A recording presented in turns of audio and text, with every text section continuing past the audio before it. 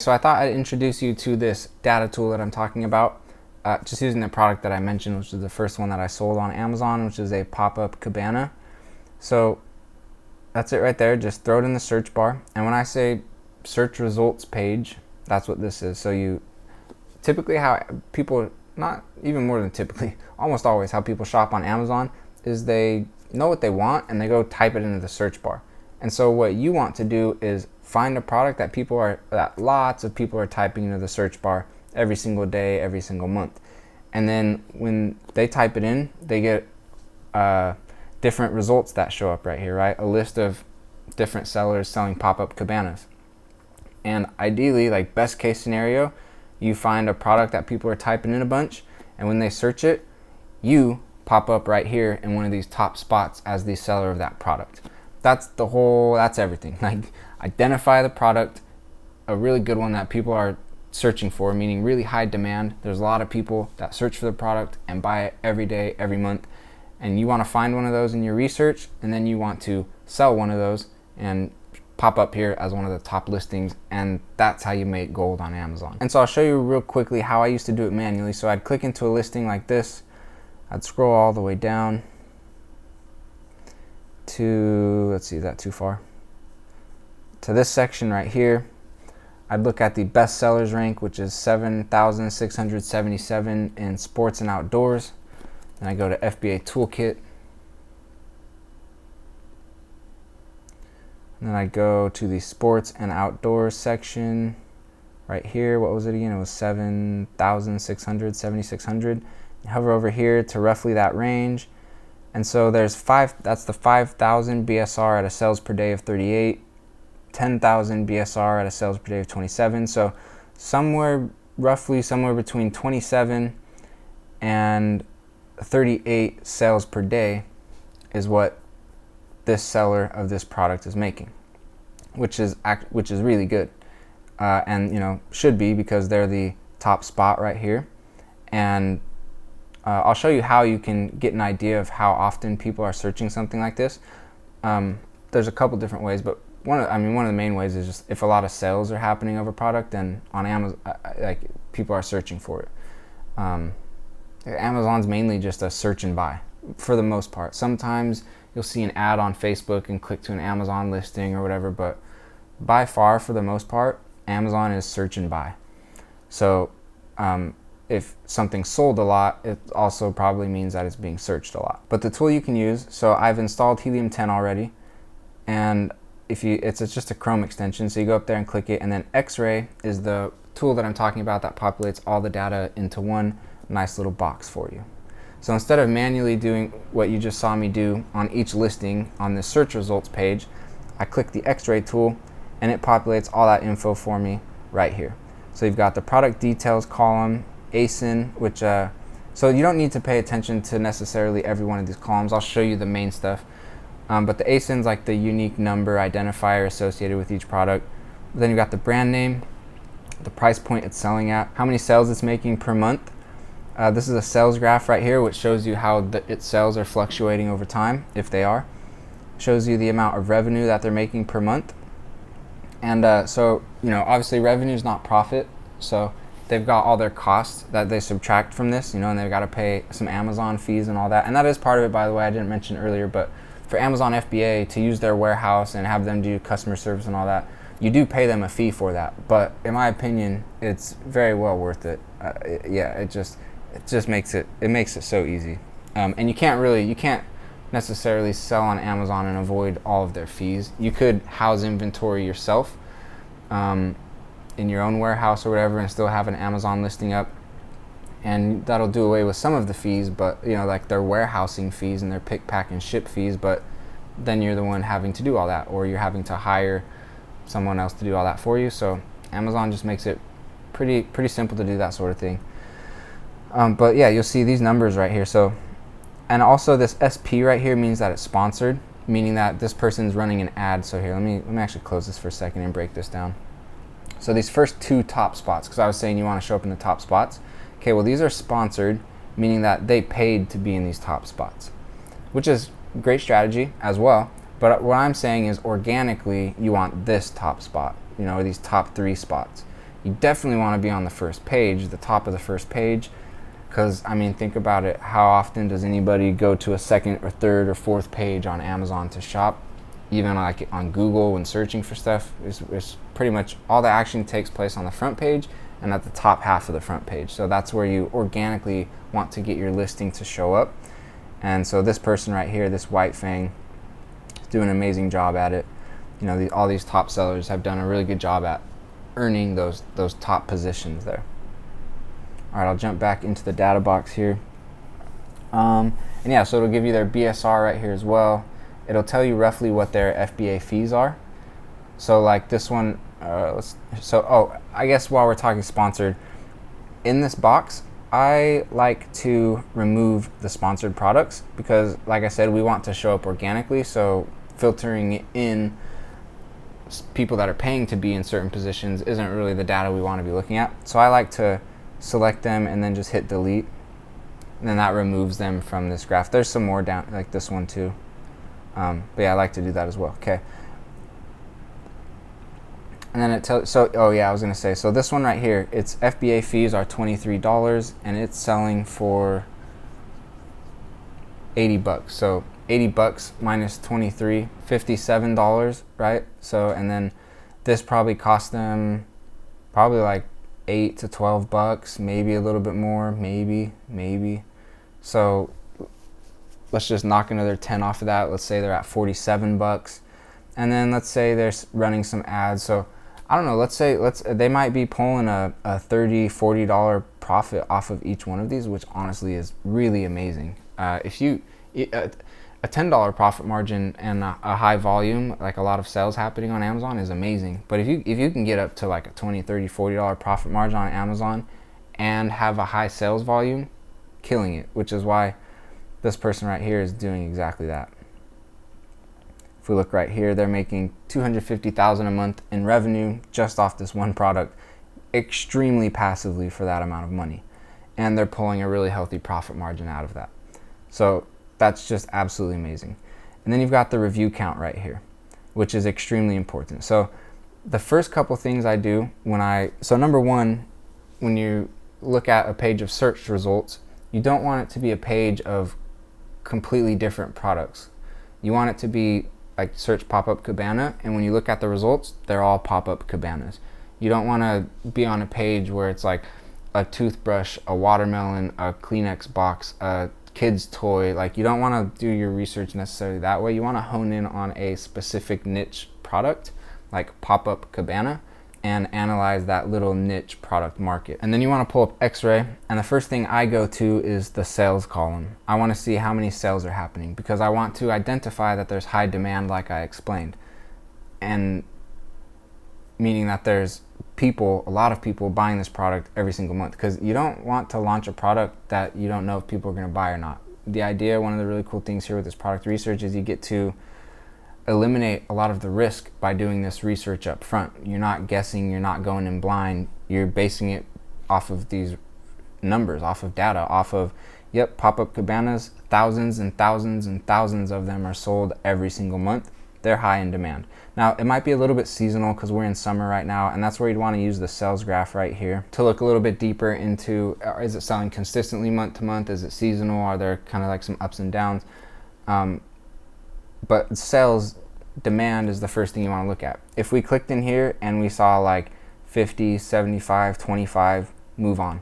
Don't waste your time. There's not enough demand there to really make good money. So sales demand, that's the most important. Second most important is the review count, because basically how this works is how people shop on Amazon, right? They search and then they start to analyze the listings for which one they're going to buy.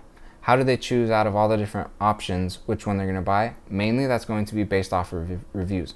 Whichever one has the most reviews and the highest quality of reviews, meaning the closest to a full filled up 5 stars. And that's who pretty much wins the top spots. And so when you're launching on Amazon, if you're going to launch on Amazon, if you're going to launch your product, and your competitors have 2,000 reviews, 4,000 reviews, and you launch and you have 0, how do you expect someone to buy your product versus these other people that have 4,000 5-star reviews. Like, they're never even going to see your product. All they're going to do is just go buy this one because it's proven that it sells really well, and 4,000 reviews say so. So ideally, you want to be able to launch a product with a smaller amount of reviews. You're actually able to get sales. So in this case, the review count, and so what I mean by that is, like, okay, we've identified high demand, lots of sales are happening, perfect. But if you're going to launch now, what's the competition going to look like? And competition boils down to the other sellers of the product. How many reviews do they have? If they have thousands, you probably don't want to launch that product. If they have hundreds, I'll explain this a little bit better. So right here, when we look at this, at the review count for these products, 1,000, 2,000, 600, 1,000, 100, 1,000, 100, okay, 14 and 3. And so I would look at this and go, yeah, this is just a little bit too competitive. I mean, because to really make some good sales, you've got to have 1,000 plus reviews. And so what I like to do is look for products within like 10, 20, 40, kind of like 70 reviews max. Like, I need to be able to, within that range, already be making really good sales. And the way you can see that is just, is it already happening? That's like the easiest way to look at things is it already happening? Okay, then I can probably do the exact same thing. So the way I would look at this is like, okay, there's some sellers making a ton of sales, awesome, but are any of them making that amount of sales with 10 reviews, 50 reviews? No. In order to make those amount of sales on this product, you have to have 1,000 reviews, 2,000 reviews. This guy's got 628 reviews, and he's doing 1,400 sales per month, 84,000 in revenue. That's really good, but even 600 reviews is still a ton. So, but if I see, even if there are sellers that have thousands of reviews, but then if I still see, yeah, there's a few sellers with 30 reviews, 50 reviews that are making 1,000 sales a month, 700 sales a month, then that is proof that that there are sellers of this product with low reviews doing really well. And so then you just kind of have to ask yourself, well, if I launch and add another seller into that mix, is the pie big enough that I can carve out a little slice for myself with 30 or 40 reviews and make a little bit of money for myself? And so that's what ideally I'm looking for when I'm looking for product. I don't care what the product is. I don't care if it's a pop-up cabana. I don't care if it's an SD card adapter. I don't care if it's an umbrella, like whatever. I'm interested in the data. I'm interested in, number one, how many sales are there? And then if there's a bunch, then I go, perfect. How competitive is it? Can I launch and with 30 reviews get a whole bunch of sales? In this case, nope. I would have to get at least hundreds, 500, but really more probably into the 1,000 up range to really make good sales. So I would say really high demand on this product. That's great, but it's too competitive, so I need to just scrap it and go try and find another product to look at. And that's how you want to use this data box right here, is just to be able to quickly, and again, because it's going to be a matter of, you need to be able to go through a bunch of different products, and you don't, sometimes it's quick, sometimes you find one quick, sometimes you'll spend days looking for something and just not really finding anything. But the faster you can sort through products, the better, the quicker you'll get to one that has high demand and low competition. And so this is where, like, this blew my mind when I learned that you could actually pull this up all into one little box, because it changed everything. Like, it makes it so easy. It tells you it all right here. It tells you how many sales, how competitive, is it too competitive, or the perfect amount for you to come in and make some sales. And you also do want to see that there is some competition, like several sellers selling the product, because they are the proof, they are the data, the proof in the data of how much demand there is, how competitive is it, and then you just get to sit there and look and go, yeah, I can launch that product, I can get 15 reviews, and I can make 600 sales. And then I can let that, more reviews and more sales come in, and by month 3, now I'm at 100 reviews, and I'm making 1,200 sales. And so for me, this was the game changer. And with that said, and so for me learning that this type of tool existed was the game changer. And like I said earlier, at the time, the tool I used was Jungle Scout, wasn't Helium 10. But I got a couple more products launched, and I started making actual real money and had to start doing some real accounting, and then wanted to learn a little bit more about some different things I could do inside of Amazon, more about PPC, like how to run Amazon ads inside of Amazon, how to keep track of my numbers automatically, how to automate my accounting instead of having to like throw it all into Excel spreadsheets and stuff like that. And that's where Jungle Scout it came out with something that helped, like an accounting software, and so I started using that. But then I don't know exactly how it happened, honestly. Maybe an ad or something like that. I don't know. But eventually I started seeing Helium 10, and then I looked into it one time and I was like, oh, this is better. And you can free trial it. So I free trialed it, and it had just better, more robust tools for the whole thing. So.